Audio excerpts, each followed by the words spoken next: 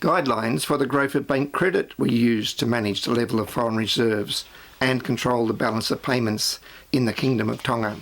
They provided a stable economic foundation for the kingdom to engage in unrestricted multilateral trade and to prosper.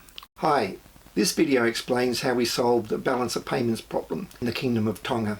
This is not a theory, this is about real economies. It is real economics. I believe the principles we applied in Tonga could be applied in any other country to achieve balance of payments stability. I am HARKNESS, and between mid-1980 and the end of 1983 I was the economist for the Ministry of Finance in Tonga. You could think of Tonga as being like a real model. It had one government, one bank, and I was responsible for both monetary and fiscal policy. Tonga did not have a central bank at that time. Government recurrent expenditure was financed through taxes and other domestic income.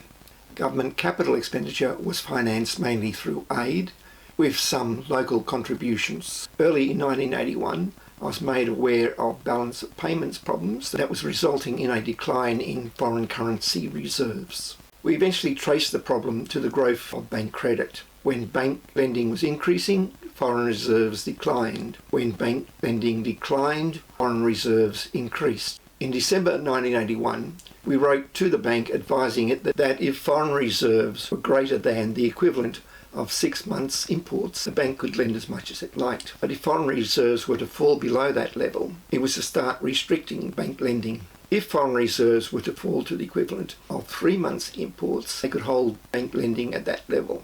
That means they could lend what was repaid. If foreign reserves were to fall to the equivalent of 2 months' imports, they were to stop all lending.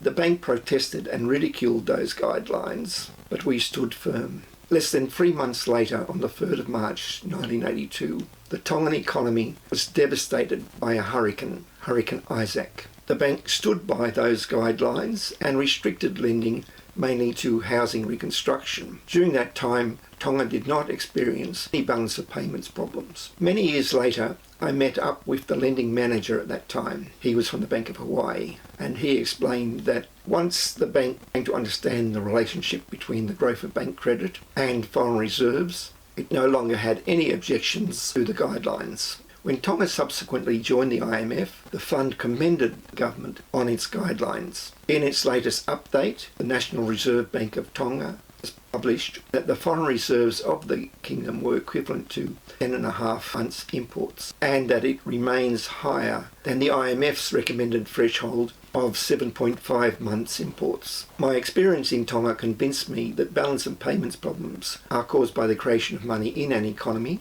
essentially through the growth of bank credit. Therefore, the way to manage the balance of payments is to regulate the growth of bank credit. The use of any other method would be a mistake because it would not be treating the cause of the problem. Also, any other approach could cause serious problems for the economy.